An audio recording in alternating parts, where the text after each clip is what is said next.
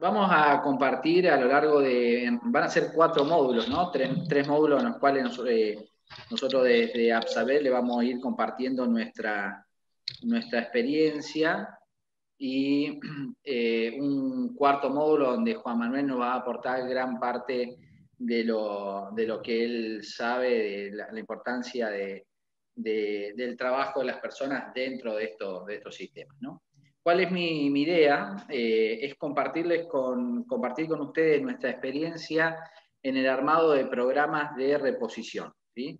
Lo que me gustaría que más allá de la parte técnica, que vamos a tratar de compartir toda la información técnica que nosotros disponemos, ustedes se lleven un concepto de que el área de reposición es un área en el cual los veterinarios, los profesionales en general, tenemos una oportunidad de trabajo sumamente interesante, ¿sí? El área de reposición es una de las áreas del tambo que más influencia tiene con el número, con el costo económico que tiene la producción. Es un área donde permite desarrollarnos técnicamente y explayar gran parte de las habilidades que desarrollamos en nuestras carreras. Y lo que yo voy a tratar de transmitirle es cuáles son los principios a través de los cuales nosotros armamos los programas de reposición del ganado lechero, ¿okay? A lo largo de estos módulos vamos a ver 4 puntos principales. El primero que tiene que ver con el parto y los cuidados del recién nacido. Esta presentación de hoy se va a enfocar en ese punto. Luego vamos a tener una segunda presentación que vamos a hablar más de los 2 puntos de gran importancia, como es el ambiente y la nutrición, la alimentación en sí, y terminaremos nuestro curso con el área de salud, ¿ok? No es azaroso que se los presente de esta forma, porque el principal concepto que quiero compartir con ustedes es que el área de reposición no solo es un área sumamente importante para la ganadería lechera, sino que es una de las áreas donde claramente uno puede identificar 4 pilares fundamentales sobre los cuales tiene que trabajar. Y eso es muy interesante para los que trabajamos, ¿sí?, en el asesoramiento, porque sabemos dónde poner nuestra energía, ¿sí? Hay un quinto punto que tiene que ver con todo esto, que es la posibilidad de integrar todo, ¿sí? Hay un quinto punto que es sumamente importante, que es ustedes son profesionales, arman programas de asesoramiento, arman programas de salud, pero no van a trabajar con animales, van a trabajar con operarios, van a trabajar con personas que van a llevar adelante los programas de salud que ustedes armen. Entonces, a mí me pareció tremendamente interesante cuando supe que Juan Manuel iba a participar de este curso, porque acá la clave va a ser, bueno, ¿cómo logran? Que es primero saber qué hay que hacer, pero después, si ustedes trabajan como asesores en un programa de reposición, el desafío no está en diagnosticar la enfermedad, sino está en armar un programa con colegas o con operarios que los lleven adelante. Entonces, me gustaría que se graben esta imagen, porque es la imagen que me gustaría que ustedes hoy se lleven a su casa, ¿okay? Denme un segundo, que la presentación se trabó. Vamos a habilitarla de vuelta. Mientras tanto pueden tomar un mate. Esperen que cierro aquí. Y la volvemos a abrir. Que comparto. Esto es solo para ponerle suspenso a la presentación. Bien. Ahí estamos. Entonces, el primer punto cuando uno está trabajando en un área específica es saber cuán importante y qué impacto tiene esto dentro del sistema, ¿okay? El área de reposición, la crianza de ternera, es un área que económicamente, como dije, tiene un gran impacto, ¿sí? Gran parte de lo que se gasta en la alimentación se gasta solo para alimentar estas terneras y tiene un gran impacto en la capacidad que vamos a tener de reponer, o sea, los tambos no pierden menos del 30% de sus animales adultos, ¿sí? Ya sea por venta o la suma de ventas y muerte. O sea que si ustedes tienen un tambo de 100 vacas, en 3 años y moneda, ese tambo se renovó completamente, ¿ok? ¿Y de qué va a depender la capacidad de que ustedes puedan renovar a ese rodeo lechero? Eso depende pura y exclusivamente de la generación de ¿Y cómo animales. se lo vuelve a poner? Esta es una de las gráficas que muestra cómo tasa de pérdida, aquí en el eje, es la tasa de pérdida de animales jóvenes, desde el nacimiento hasta el parto, ¿ok? Y lo que ven en el eje vertical es la cantidad de novillas que ustedes pueden disponer para reemplazar vacas adultas. Entonces, fíjense la relación que hay entre las pérdidas. Si yo tengo una tasa de pérdida desde el nacimiento hasta el parto de esa misma ternera, alrededor del 20-24%, yo tengo una capacidad de generar alrededor de 30, 33, 34 vaquillonas, o sea, una tasa de reposición alrededor del 33%. Ahora, si yo logro bajar esas pérdidas alrededor del 12%, mi capacidad de reponer animales jóvenes se duplica. O sea, yo tengo casi la posibilidad de reemplazar 39 animales adultos, ¿sí? Cada 100 que tengo, solo por tener pérdidas por debajo del 12%. Esta es una gráfica que muestra algo parecido en cuanto a que identifica la importancia. En este caso no habla de las pérdidas, sino lo que habla es de la edad en la que paren las vaquillonas. Entonces, acá van a ver que empieza un concepto importante de los programas de reposición, que implican que las terneras no solo tienen que sobrevivir, sino que tienen que crecer en tiempo y forma.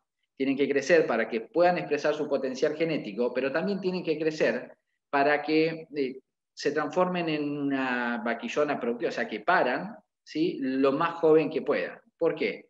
Porque si yo tengo un rodeo donde mis vaquillonas me paren a los 24 meses, ¿sí?, y yo tengo una tasa de pérdida del 30% de animales adultos, voy a necesitar tener en el campo, imagínense esto, tengo un tambo de 100 vacas, pierdo 30% de vacas adultas. Bueno, yo voy a necesitar, ¿sí?, tener 66 animales improductivos entre la ternera más chiquita y la vaquillona que va a parir, que son todos animales que están consumiendo y que no producen leche. Ahora, cuando la edad al parto aumenta, la cantidad de vaquillonas que yo tengo improductiva en el campo aumenta también.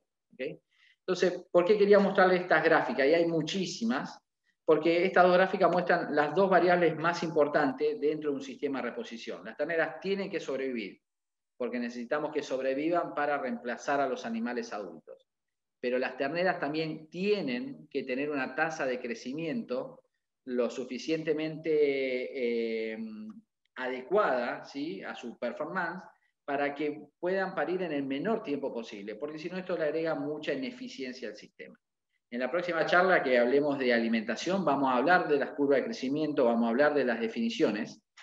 Ahora, antes de empezar a hablar de partos y de cuidados neonatales, es muy importante que nosotros comencemos sabiendo de la importancia que tiene la reposición en nuestro sistema.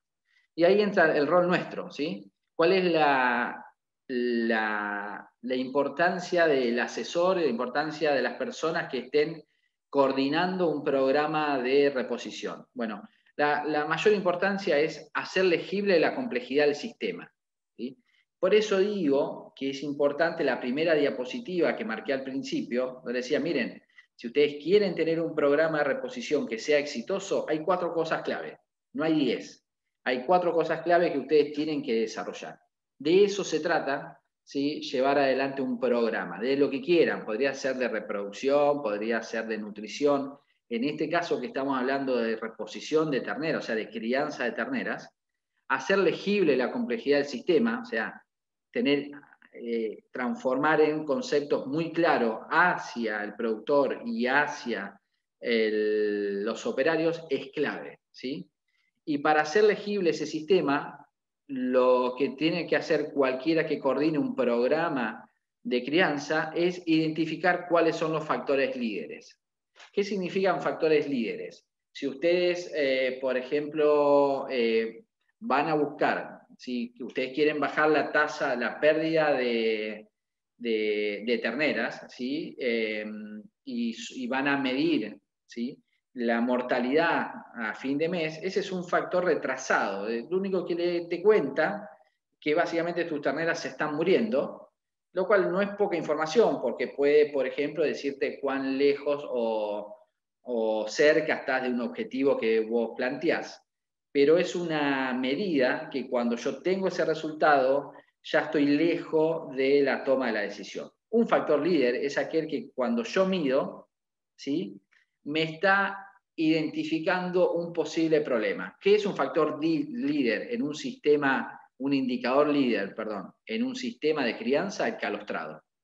El calostrado de las terneras son indicadores líderes. ¿Por qué? Porque si yo identifico que mi programa de calostrado no funciona correctamente, ¿sí?, y esto lo hago con una frecuencia acorde, o sea, toda la semana yo estoy teniendo este dato, lo que identifico es un indicador que me dice, ojo, tu sistema está en riesgo. ¿Okay? Entonces es muy importante que identifiquemos cuáles son factores líderes que se adelantan a la aparición de sucesos no deseables y cuáles son indicadores rezagados o retrasados que hay que medirlos, pero lo único que te indican es cómo fue la historia. ¿Okay? Entonces, siempre que armemos un programa, tenemos que saber esto: cuál es la importancia, cuáles son los pilares en los cuales me voy a enfocar y cuáles son los factores líderes o rezagados que tienen el sistema. De eso vamos a hablar todo el curso. ¿Okay? Vamos a estar repitiendo en distintas partes del curso estos tres conceptos que mostramos ahora al principio. ¿Okay? Entonces, la cosa se empieza a complicar. Ustedes venían a la charla solo a escuchar de calostro y de partos y todavía no hablamos nada de eso, ¿sí? Parece que la cosa es bastante más amplia, que tenemos que pensar en programas, que tenemos que pensar en identificar factores líderes, identificar cuáles son los pilares, ¿sí? Y una de las cosas que tenemos que pensar es que la crianza de terneras está dentro de un sistema. Entonces, yo quiero armar un programa, ¿sí?, que me minimice las pérdidas en el preparto y las pérdidas en la crianza. Yo tengo que armar un programa que tenga en cuenta protocolos de parto y calostrado. ¿Okay? Entonces ya me voy a lo específico. Ahí está, me siento a trabajar. Tengo que tener un protocolo claro que me diga cómo voy a atender los partos, cómo voy a manejar mi programa de calostrado. ¿Sí? Para eso, tengo que previamente tener muy definido el manejo nutricional y reproductivo de mi rodeo. Entonces, cada vez estoy yendo más atrás. Parece que no solo es importante saber cómo armar un programa de asistencia de parto y un programa de calostrado, sino que previamente tengo que definir cómo voy a manejar mi rodeo y qué relación hay entre la reproducción y los partos, entre la reproducción y el calostrado. Y bueno, claramente si yo no logro armar un programa que me logre preñar a las vacas en tiempo y forma, que me logre preñar a las vaquillonas en tiempo y forma, uno de los problemas que yo podría tener es vacas con altos estados corporales, ¿sí? Y eso te podría llevar a tener mucho más riesgo de hipocalcemia. Y si esto ocurre, cualquier protocolo de parto que yo quiera armar no va a funcionar. ¿Se entiende el concepto? Vamos ampliando. Ojo, es muy, muy importante lo que hacemos alrededor del parto en las primeras 48 horas, pero si no vemos la película completa y no tenemos un buen programa de reemplazos que contemple desde el nacimiento hasta el parto cuál es, por ejemplo, la ganancia de peso que yo quiero en mis terneras, o que contemplen las vacas adultas, con qué estado corporal las quiero secar, cómo voy a prevenir hipocalcemias, o cómo voy a adecuar mi trabajo para que los días de seca sean correctas, este punto 1 queda desechado. ¿Sí? Y nosotros vamos a hablar a lo largo de la presentación solo este punto 1, pero es muy importante que ustedes se lleven este concepto. ¿Sí? Parte del éxito depende de cómo nosotros manejemos todo el sistema. El tercer punto importante dentro de estos programas es el entrenamiento y reuniones regulares. No hay forma de llevar adelante un programa si ustedes no arman un buen equipo de trabajo. No hay forma. Ustedes necesitan un buen equipo de trabajo que esté convencido de lo que están haciendo y que lleven adelante todas las actividades. ¿Sí? Y por último, un cuarto punto dentro del armado de los programas de reposición, que es la generación de registros.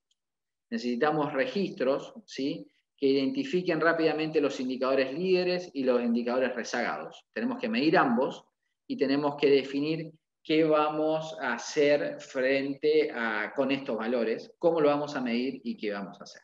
¿Okay? O sea que este es el fundamento de un programa de reposición. Entonces, volviendo al concepto de lo general. Si el momento del secado es clave para nuestro programa de crianza, porque acá se define el estado corporal con el que llegaron las vacas. Y la verdad que de acuerdo a cómo llegaron las vacas, yo puedo predecir cómo le va a ir en el parto a esa vaca. O sea que acá no puedo tomar ninguna decisión sobre el estado corporal de las vacas, pero sí puedo identificar factores de riesgo para este grupo y a su vez puedo instaurar o trabajar con el resto de las personas que estén en el establecimiento para ver cómo mejoro el estado corporal de las vacas al secado.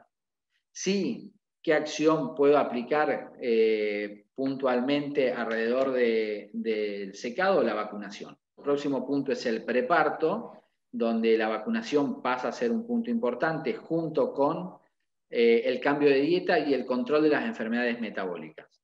Y venimos al punto que vamos a hablar hoy, que es el parto y los cuidados neonatales. Pero entendamos que no podemos hablar de parto y de cuidados neonatales si conceptualmente no entendemos que todo lo que hagamos previo así, a cómo llegó esa vaca y cómo llegó esa vaquillona definen el éxito de este momento. ¿Okay? Bien, entonces ahora lo que voy a compartir con ustedes, para que se relajen un poquito, no tengan que pensar tanto, son datos.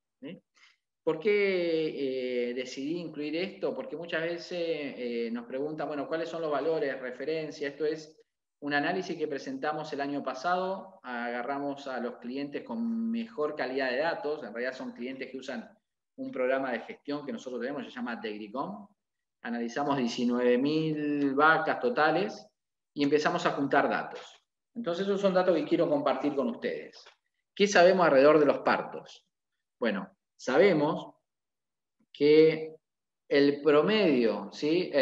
Que en general los tambos que nosotros analizamos tienen un 3,5% de partos múltiples y el 25% superior tiene un 5%. De ahí sale que es muy difícil creerle a alguien que durante un periodo largo de partos no tengan valores cercanos al 4% de mellizos, ¿sí? La mortalidad al parto promedio de este grupo de 19.000 animales, ¿sí? Fue del 5% y el 25% superior fue del 4,2%. O sea que estos son valores de referencia, como pueden ver en la gráfica, hay tambos que tienen 3% mortalidad anualizado, 4, 3, pero el 25% superior tienen en promedio 4%, 4,2% mortalidad. ¿Qué sabemos de la relación entre los partos que ocurren de machos y de hembras? En estos establecimientos el promedio es del 59% y el 25% superior generan 61% de hembras sobre el total de partos. Acá esto se explica por la incorporación de semen sexado. Entonces ustedes piensen que esta población que nosotros analizamos logra aproximadamente un 13% más de hembras que las que lograría generar si no usara sexado, ¿sí? Entonces fíjense cómo definir un programa de reposición también tiene que tener en cuenta estos puntos, ¿okay? ¿Y cuál es la relación de hembras en relación a los machos en los partos de vaquillonas? 77% de los partos de vaquillona de este grupo fueron hembras y el 25% superior logró el 83% de hembras, o sea, más de 8 hembras cada 10 partos, ¿sí? En vaquillona. Cuando hablamos de la edad del parto, el promedio es de 25 meses, con un ubicándose al 25% superior alrededor de los 23,25. ¿Okay? Con esta distribución, ¿sí? El 84% de los partos ocurren antes de los 25 meses, el 13% de los partos ocurren entre el mes 26 y el 30, y solo el 3% de los partos ocurrieron arriba de 30 meses de edad. ¿Okay? Bien, eso en parte de información que quería compartir con ustedes, ¿sí?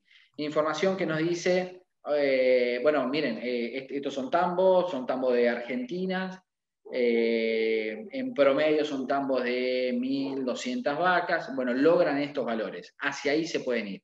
y hacia ahí se puede ir con un tambo de 100 vacas o con un tambo de 5.000 vacas. Eso no cambia, y estos son los valores de referencia que tenemos y a partir de los cuales uno debería empezar a proyectar hacia dónde puede llegar. ¿Okay?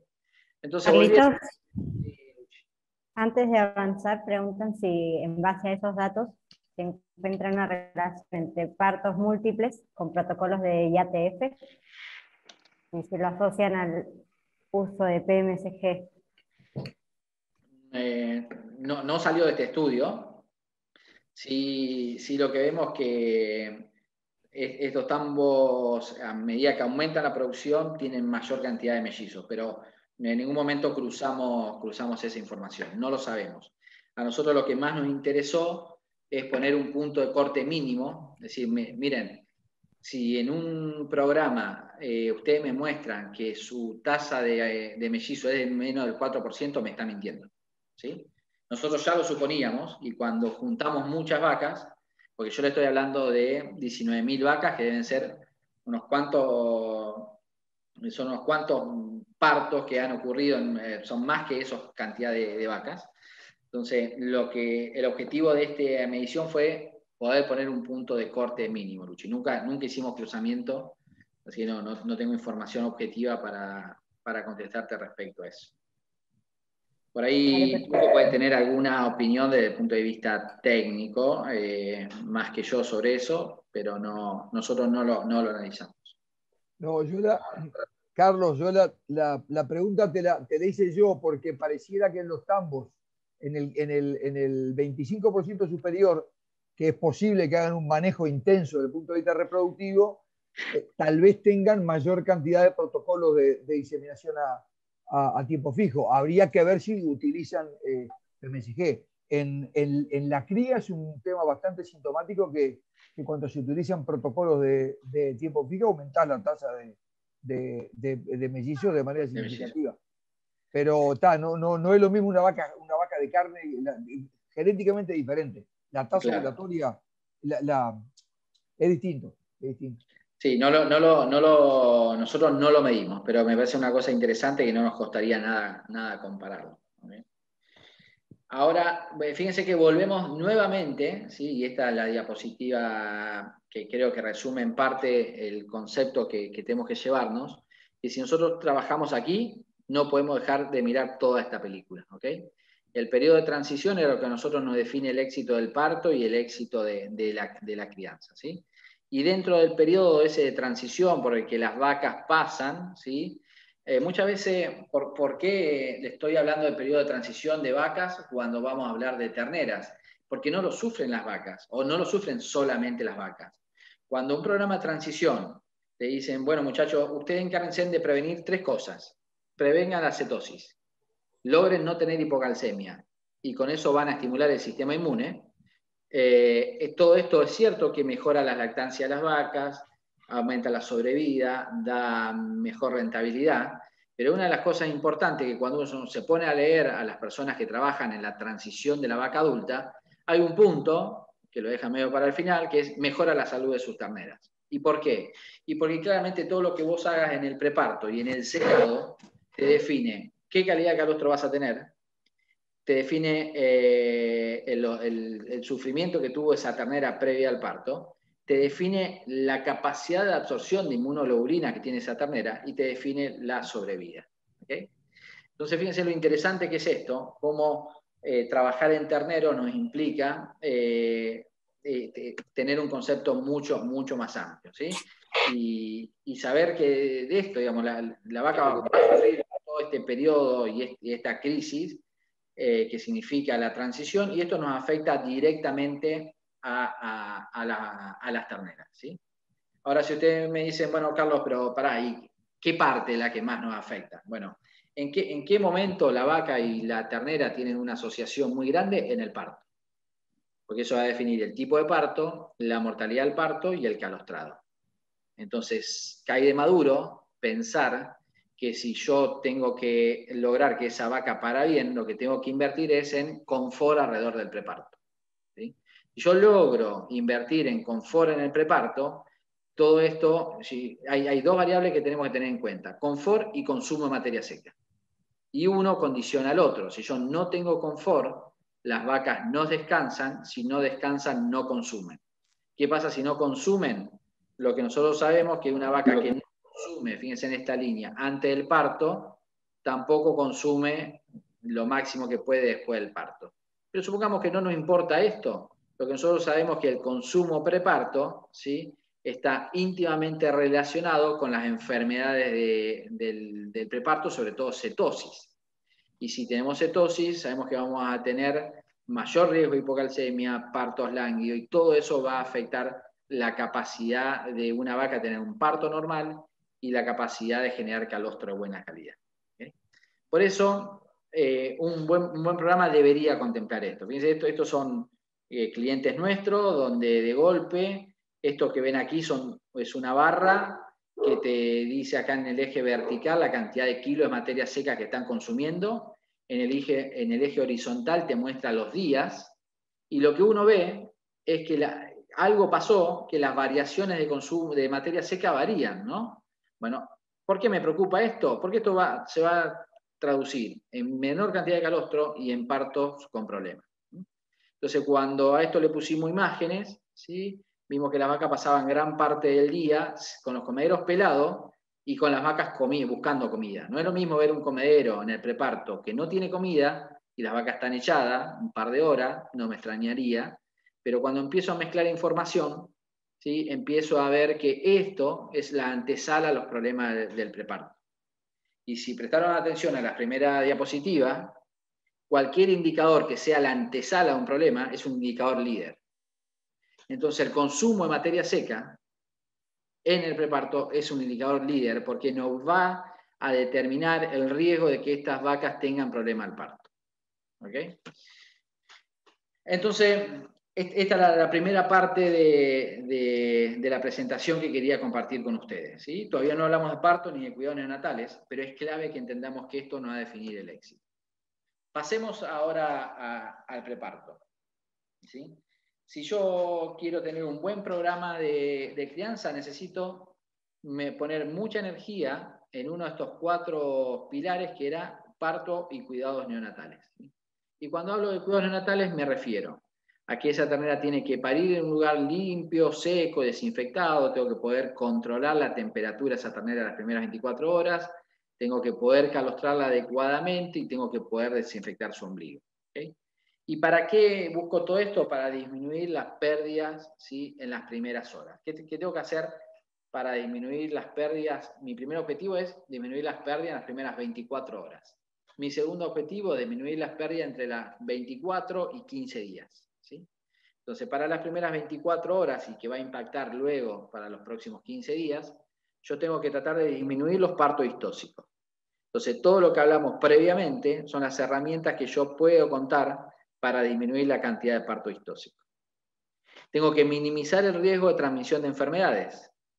En el momento del parto, la ternera tiene una alta permeabilidad a inmunoglobulinas, ¿sí?, que son moléculas de alto peso molecular, ¿no?, que tienen el mismo tamaño que una bacteria, si quieren. Entonces, en el momento que la permeabilidad es la suficiente del intestino, suficiente como para que pase una inmunoglobulina, también es suficiente como para que pase una bacteria como Escherichia coli. Entonces yo debo minimizar el riesgo de transmisión de enfermedades alrededor del parto.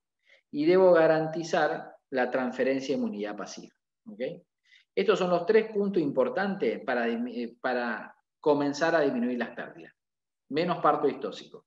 Una adecuada área de parto, ¿sí?, una adecuada desinfección de ombligo, todo esto para minimizar el riesgo de transmisión de enfermedades y garantizar la transferencia de inmunidad pasiva para que la ternera pueda enfrentarse a los desafíos que van a venir los días posteriores al nacimiento. Entonces, comencemos con el parto. ¿Okay? Cuando hablamos del parto, todos sabemos, no vamos a perder demasiado tiempo en cuáles son las etapas, pero claramente hay 3 etapas muy importantes. El periodo de dilatación, que es el periodo más largo, ¿sí?, del proceso del parto, mucho más largo en vaquillonas que en vacas, y donde el principal objetivo es lograr, a través de las contracciones uterinas y del efecto de las hormonas, preparar el canal de parto a través de la dilatación propiamente dicho para que el ternero pueda salir. Después hay una fase de expulsión, ¿sí?, que se caracteriza o por la visualización de la bolsa o por cualquier parte del ternero por fuera de la vulva. Y esta es una etapa mucho más corta. Aquí estamos hablando de quizás 12 horas, 18 horas, y acá estamos hablando en un periodo que debe resolverse entre 40 y 4 horas, 43 horas, que es un proceso rápido. Y el tercer proceso, que puede durar más que el de dilatación, pero ya no tiene importancia para nosotros, para los terneros, sí para la vaca, que es la expulsión de las membranas fetales. ¿Okay? ¿Qué se sabe sobre la distosia? Es claramente es uno de los factores que más directamente se relaciona con la muerte o con la pérdida de terneras. O sea, si una vaca tiene distosia, eso aumenta, ¿sí?, la mortalidad de los terneros al momento del parto y en los próximos 30 días. O sea que la sola aparición de una distosia, eso solo ese hecho aumenta la muerte del ternero al momento del nacimiento en sus posteriores 30 días. ¿Sí?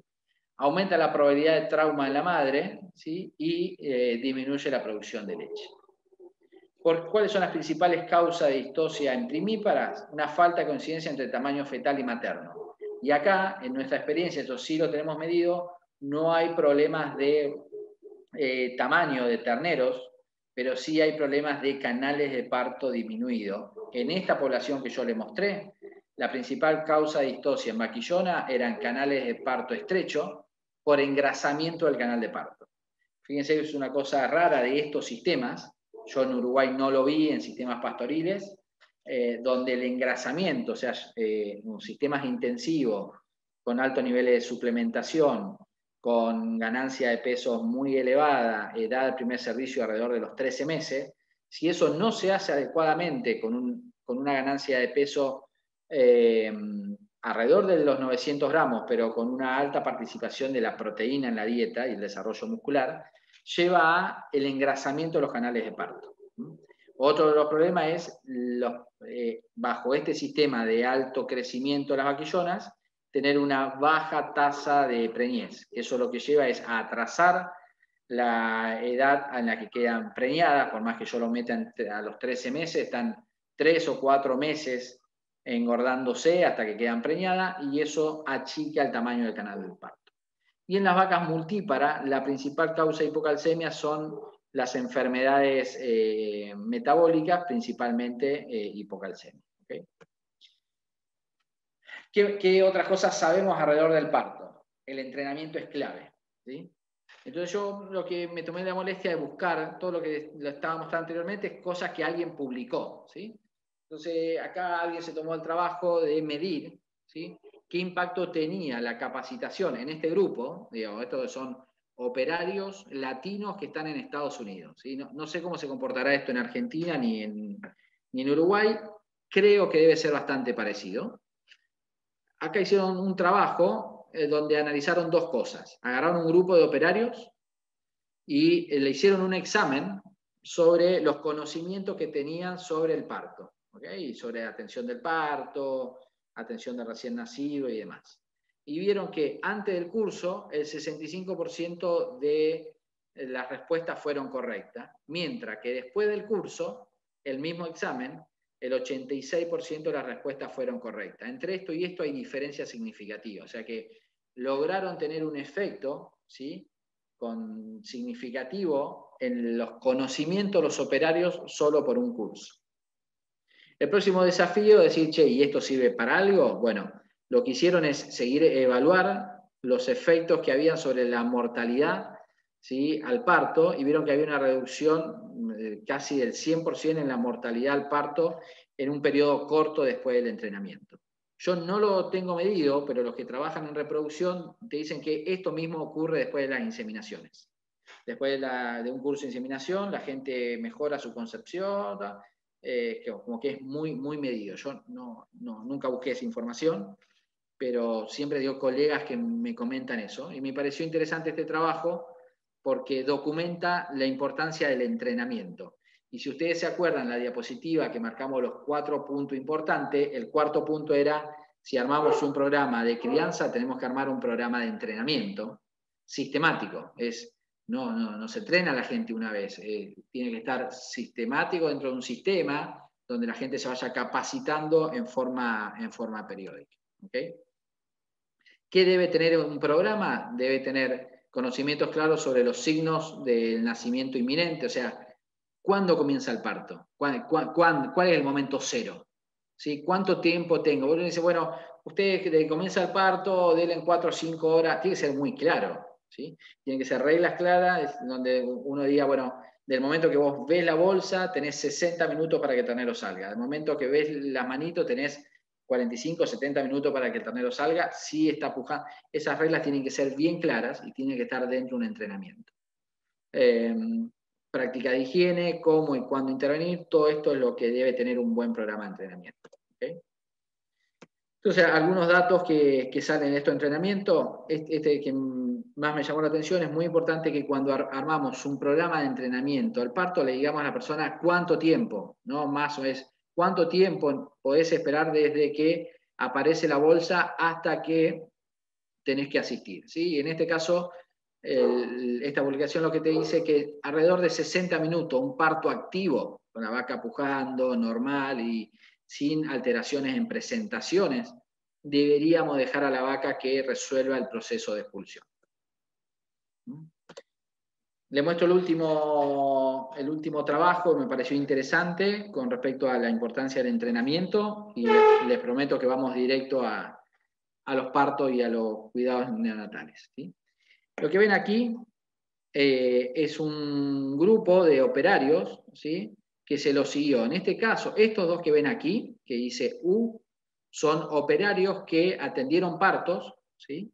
Esto es una paridera individual, donde iba vaca por vaca. Esto es una paridera colectiva, pero en ninguno de los dos casos asistieron al parto, ¿sí? O sea, lo que hicieron es, ¿qué pasa con estos operarios cuando no asisten parto? ¿Sí? Y ahora vamos a ver los resultados.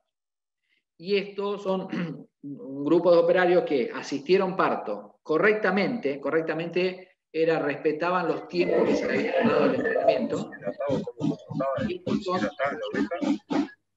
Está deshidratado totalmente los riñones. No sé si hay alguien. Y esta segunda columna que ustedes ven aquí es, la cuarta columna que ustedes ven aquí, que yo estoy marcando, hace referencia a asistencia al parto, pero no respetando los tiempos, ¿sí? Entonces, ¿qué encontraron? Que la mortalidad al parto, cuando no se asiste, está alrededor de un valor de los 4,8-5%, que es lo mismo que hemos encontrado nosotros cuando analizamos todos los tambos. Cuando tenés asistencia correcta, ¿sí? La mortalidad casi se duplica, se va al 8%. Ahora, cuando esa asistencia es incorrecta en cuanto a tiempos, la mortalidad lleva casi un 5% más, o sea, 5 veces más, ¿sí? Se va del 5% al 22%, casi 4 veces más que lo que tienen cuando no asisten a un parto, y 3 veces más casi que si lo asisten correctamente o no correctamente. Entonces, toda esta es información que nos dice, che, cuán importante es que la gente esté bien entrenada y que seamos claros en lo que tienen que hacer. Fíjense lo que pasa con las vacas. 80% de las vacas tuvieron laceraciones vaginales cuando se asistieron incorrectamente, 18% cuando se asistieron correctamente, y mucho menos, 9% y 0% en este caso, cuando no se asistieron. ¿Okay? Entonces, de ahí vienen dos conclusiones importantes. La muerte perinatal depende de evitar el parto distóxico. Toda nuestra energía tiene que estar ahí. Ahora, si aparece el parto distóxico, tenemos que tener gente entrenada que lo pueda llevar adelante. ¿Okay? Entonces, el entrenamiento es una de las herramientas importantes dentro de estos sistemas, ¿sí? ¿Qué herramienta debemos empezar a considerar? Que si armamos un programa de crianza, tenemos que armar un área de maternidad lo suficientemente cómoda, ya sea la misma sala del tambo, que pongo un corral al lado, pero necesito herramientas que permitan promover la comodidad y un ambiente de bajo estrés para la vaca y el ternero. Minimizar el riesgo de enfermedad para la vaca y el ternero, o sea, no es lo mismo que una vaca para en el medio del preparto con barro que para en un preparto limpio o que para en un corral que yo le pueda armar. Ofrecer comodidad para las personas que trabajan, esto es muy importante. Yo no puedo tener a la gente en el medio del barro sin luz tratando de sacar un ternero. Tengo que garantizar que van a tener las herramientas necesarias. Tengo que proporcionar la oportunidad para que la vaca esté aislada, no contaminada visualmente y sonoramente con el humano muy cerca, y promover un ambiente limpio, seco y desinfectado para el ternero. Estos son los 5 puntos importantes para tener en cuenta en el desarrollo de una maternidad. Y no se imaginen una maternidad bajo techo, freestyle, americano. Estos conceptos ustedes tienen que tener la imaginación como para aplicarlo en el lugar que le toque trabajar. ¿Okay? Les comparto una información previa antes de pasar a las maternidades propiamente dichas, que es qué deben saber sobre el comportamiento de las vacas alrededor del parto. Las vacas tienden a separarse o a esconderse. Esto es muy importante para cuando ustedes piensen armar un lugar donde paran las vacas. Tienen que permitirle que esa vaca quede aislada. No debería ser un lugar muy concurrido ni por mixer, ni por tractores, ni por gente. ¿Por qué lo hacen? Y porque naturalmente buscan evitar los disturbios. Y el objetivo es garantizar un entorno que le permita un parto tranquilo. ¿Okay? En base a estas premisas, que cualquiera de ustedes me la podría haber dicho previo a esta charla, pero que alguien en algún momento las estudió, es que se arman las maternidades. ¿Sí? Estas son todas maternidades americanas, ¿sí? Bajo techo, con cama de paja, con aserrín, en este caso también con aserrín. Luego le voy a mostrar maternidades que hemos desarrollado en Uruguay o en Argentina, donde la principal, que no son bajo techo, la principal uso de cama es la arena, pero que cumplen con los mismos parámetros, es decir, un lugar limpio, seco, lo más desinfectado que se pueda, con comodidades para la gente, respetando la premisa que la vaca tenga un lugar o para alejarse o para esconderse. ¿Okay? Entonces le voy a mostrar esto para que se les quede grabado. Estas son 2 áreas de parto, es una misma maternidad que tiene 2 áreas de parto. Un área que está cubierta y un área que está descubierta. Lo que ellos notaron cuando hicieron este trabajo, que el 81% de los partos que ocurrieron de día ocurrieron en una zona cubierta, o sea que la vaca buscaban esconderse, mientras que a la noche no había diferencia. Esto es lo que lleva que si yo voy a armar un corral al lado de mi tambo, yo ordeño 100 vacas y voy a armar un corral con una luz para poder verla, no es buena idea ponerlo al lado de la sala de máquina donde viene el camión de la leche, donde idealmente habría que ponerlo en un lugar del tambo donde la interferencia con la gente sea la menor posible. ¿Okay? ¿Y cuándo hay que moverla? Bueno, si ustedes van a mover una vaca, se sabe que o la mueven antes que comienza, o sea, apenas con los primeros signos del parto, o la mueven en el momento de la expulsión. No es bueno mover la vaca, ¿sí?, en el momento de la dilatación. ¿Sí? En el momento de la dilatación, cuando la vaca está en el proceso activo de dilatación, idealmente, si yo encuentro esa vaca, debería esperar que aparezca la bolsa o que aparezcan las manitos del ternero para recién ahí moverla. Si no, la muevo antes. Moverla antes en los sistemas estabulados es un problema porque se le colapsa la maternidad. Pero por ahí, si nosotros no tenemos ese problema, es una alternativa. Pero si no, lo que tengo que dejar es que la vaca dilate completamente y en el proceso de la expulsión es un buen momento para mover esa vaca. ¿Okay? Ahí no van a tener interferencia o no van a tener la famosa frase de cortó el parto. ¿Okay? Los atrasos se han producido cuando movieron en la primera fase de la dilatación, cuando la vaca empezó a trabajar. ¿Okay? Entonces le voy a mostrar casos de maternidades en Argentina. Esto es un corral de parto, esto es otro corral de parto, ¿sí? Y este es el principio de una maternidad. Si ustedes desarrollan una maternidad, tienen que tener un adecuado corral de parto, un lugar donde calostrar y desinfectar el ombligo y un lugar donde colocar el ternero recién nacido. ¿Okay? ¿Cuál es el concepto? Esto es un freestyle con la típica maternidad individual. Esto es en Córdoba, donde armamos corrales de parto. Fíjense, este es el preparto, donde ustedes ven aquí la vaca blanca. Este es el preparto, donde está la vaca negra, el corral de parto. Lo único que hicimos es mover la vaca de aquí a aquí, ¿sí? En este momento, la vaca se echó y ahí comienza un proceso de parto normal. Entonces, las chances de que yo pueda controlar el ambiente aquí es mucho más grande que poder controlarlo en este caso. Y hace muchos años que se vienen con estos corrales de parto. Fíjense aquí en el 2008, ya teníamos algunos corrales diseñados, siempre pegados al preparto, siempre fácil de mover a los animales y con la menor interferencia del ser humano. ¿Okay? Esto que le voy a mostrar aquí es en Uruguay. Esto es una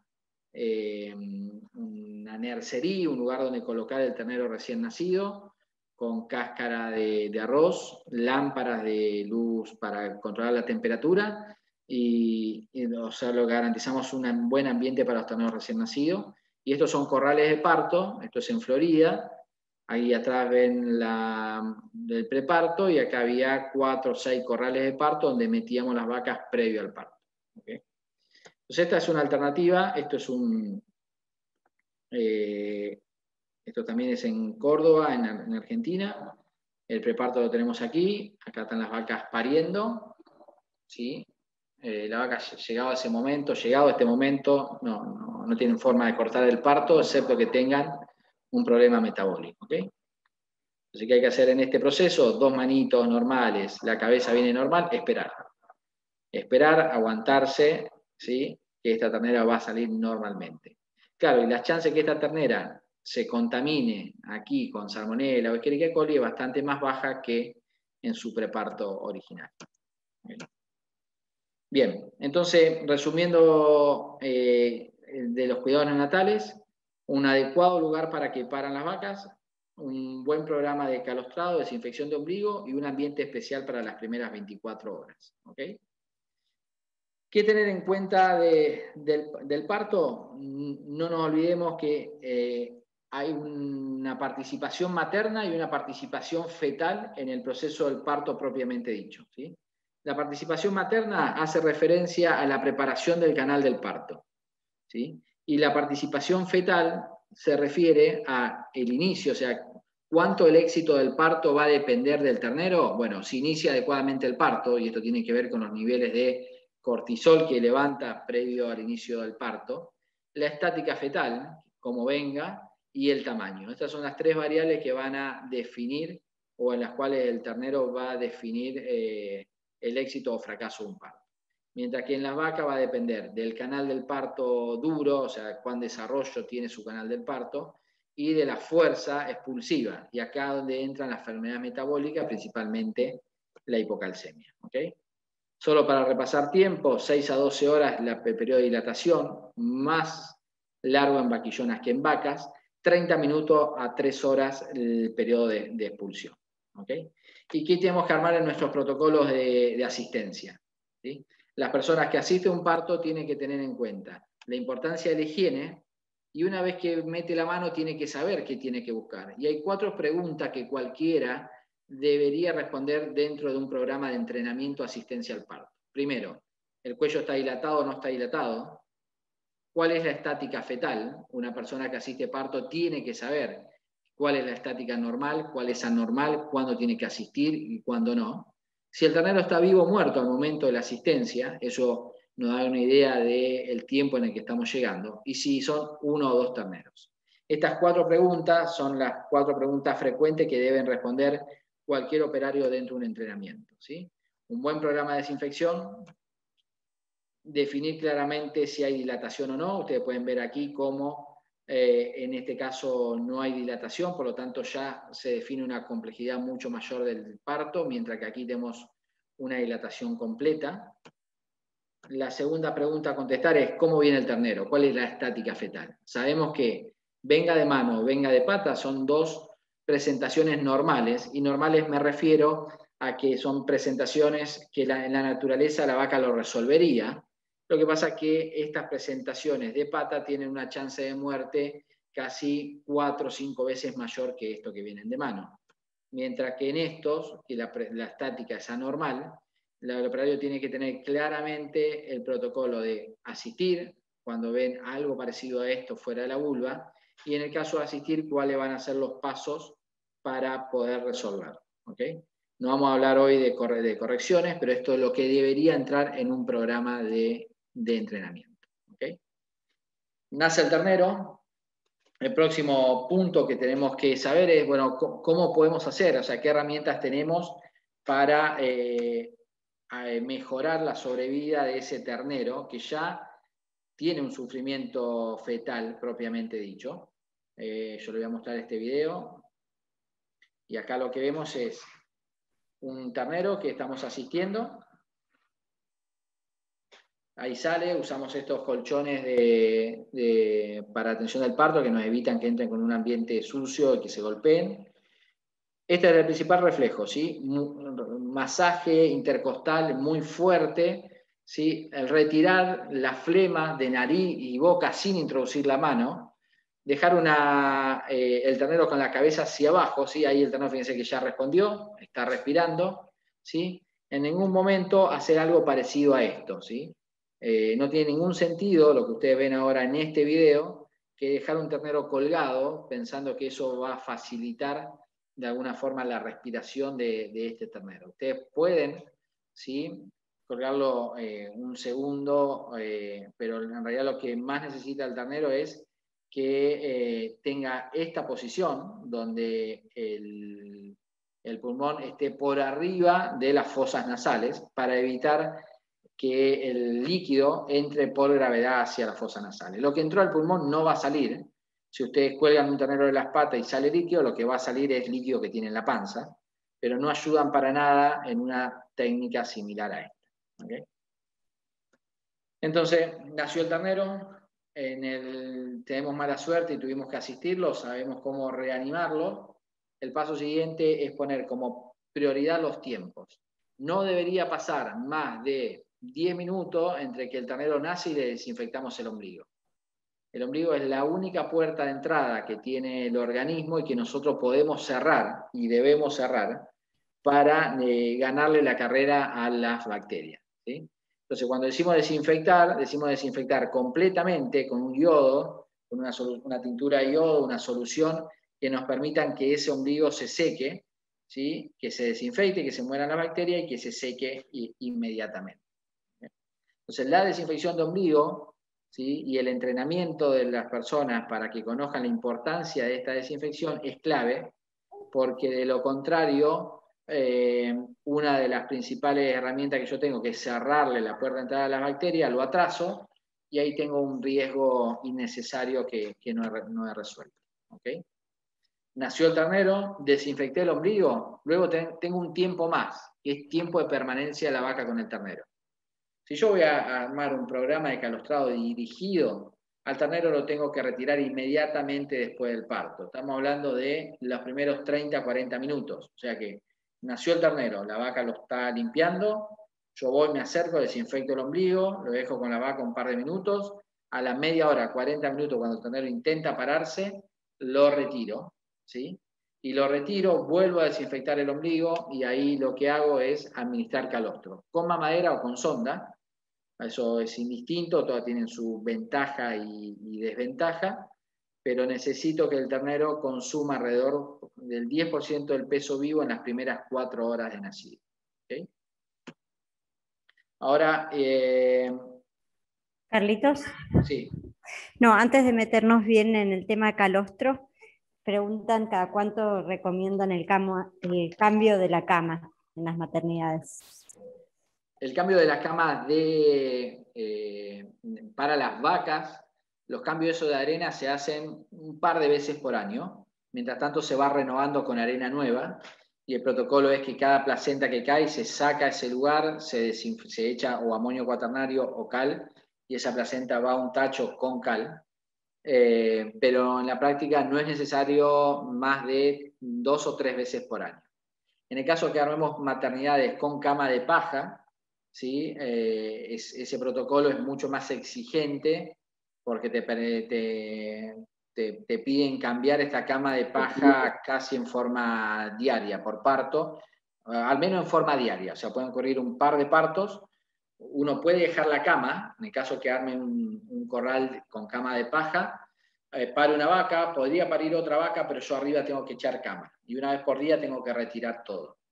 Nuestra experiencia es con maternidades al aire libre, con cama de arena, y en ese caso nosotros no las cambiamos con una frecuencia mayor a 3 veces por año. Bien, y lo otro es, preguntan por el uso de oxitocina. ¿Cuándo utilizarla o no utilizarla? En cuanto a asistencia de parto, no para el ordeño. Ok. La oxitocina, la única indicación concreta es para el ordeño. En el caso de alguna droga que nos podría utilizar en el momento del parto, que lo pasamos rápido, es cuando yo no tengo dilatación o cuando tengo que corregir un parto. El clenbuterol es una droga que a mí me facilitaría la relajación uterina y evitar esas contracciones que me dificultan el trabajo. Pero la oxitocina, si la vaca no tiene un parto lánguido, un parto que no tiene fuerza, no es por falta de oxitocina, sino por falta de calcio.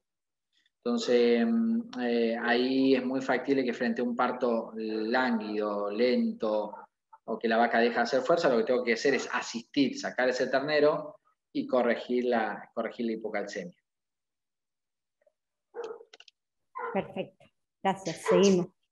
Bien, entonces llegamos al calostro. ¿Sí? Sabemos que el calostro es una secreción que produce la vaca en el último momento de la gestación. Fíjense, le voy a mostrar varias gráficas de la diferencia que hay entre el calostro en cuanto a sólidos. Por ejemplo, los sólidos totales del calostro está alrededor de 24, mientras que la leche está alrededor de 12. La grasa está alrededor de 6,7 y la grasa de la leche 3,3. Las proteínas alrededor de 14, mientras que en la leche puede estar alrededor de 3,2. Y la concentración de anticuerpos, que en gran parte son parte de las proteínas son anticuerpos, está en una concentración de 6% y la leche está en 0,09. Este es el extremo. Y la lactosa pasa a lo contrario. La lactosa se encuentra a niveles muy bajos al momento del parto y va aumentando ya con los ordeños consecutivos. ¿Por qué les muestro esto? Primero, para ver la diferencia entre el calostro y la leche. Pero fíjense la diferencia que hay entre el calostro y la leche de transición. No es lo mismo el calostro que ustedes pueden juntar en el primer ordeño que van a juntar en el segundo o en el tercero. Los componentes van disminuyendo, excepto la lactosa que va aumentando. La lactosa es el azúcar de la leche, es la causante de diarrea en los terneros y es la que va a provocar aumento en el riesgo de diarrea de los terneros. ¿Sí? Entonces es muy, muy importante que tengamos en cuenta estas variables porque explican por qué yo a un ternero recién nacido le puedo dar entre el 10 y el 12% del calostro, del peso en calostro. ¿Okay? Algunos conceptos del calostro en sí, ¿sí? El calostro tiene, entre todos los componentes de importancia, uno de los más relevantes son los anticuerpos. Fíjense que la inmunoglobulina G, ¿sí? La G1 sobre todo, es la que se encuentra en mayor concentración, ¿sí? Parte de estas inmunoglobulinas son sintetizadas, ¿sí? Y se transfieren, la IgG1 es un ejemplo, se transfiere a través de receptores que hay en las células epiteliales de la glándula mamaria, y todo este proceso ocurre en la última semana del parto, pero se exacerba 1 a 3 días antes del parto. ¿Okay? Por eso es muy importante el consumo de materia seca, es muy importante las vacunaciones, todo lo que hacemos en el último periodo de la gestación, principalmente en las últimas 3 semanas. ¿Okay? Fíjense, esta gráfica es similar a lo que le mostré anteriormente.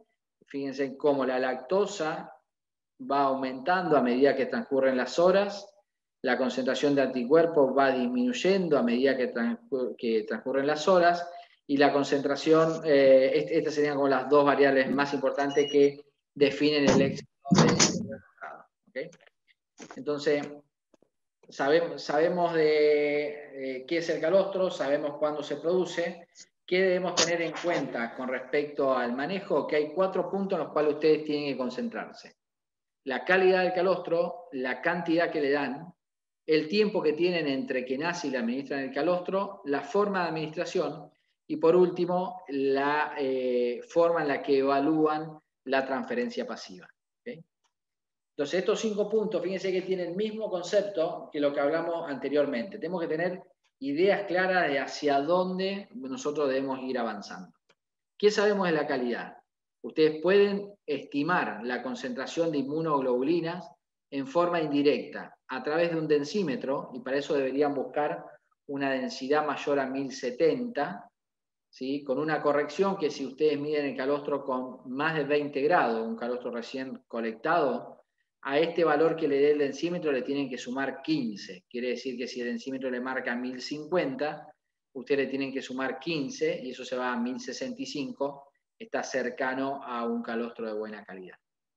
Otra forma más rápida es medirlo con refractómetros digitales, y para ese caso necesitamos calostros que tengan al menos 22 grados Brix, de ahí en adelante, y eso se va a acercar a los 50 miligramos por decilitro de inmunoglobulinas que necesitamos en el calostro.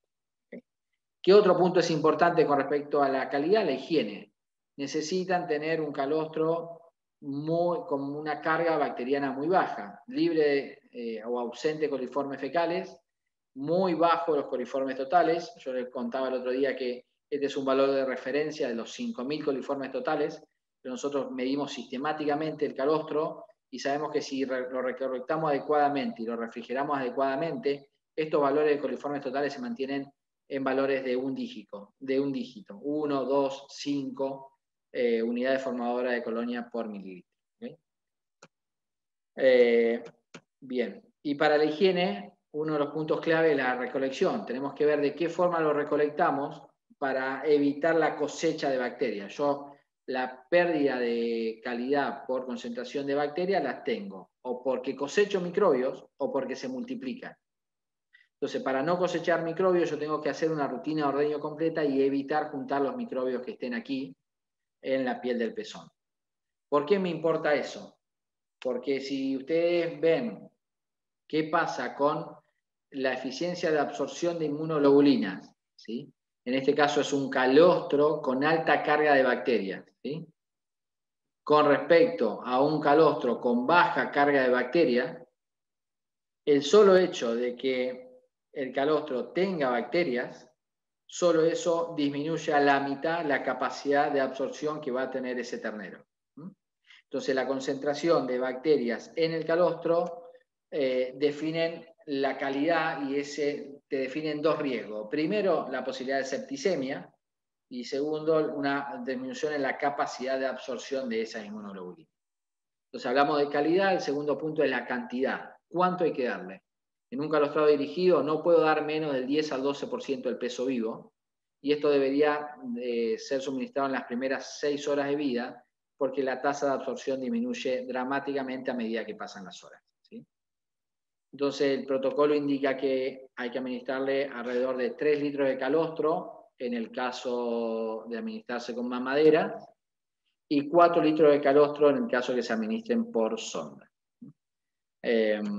Es muy, muy importante el entrenamiento aquí. El sondaje de los terneros es una técnica muy fácil de entrenar, con muy baja tasa de accidente, bajísima.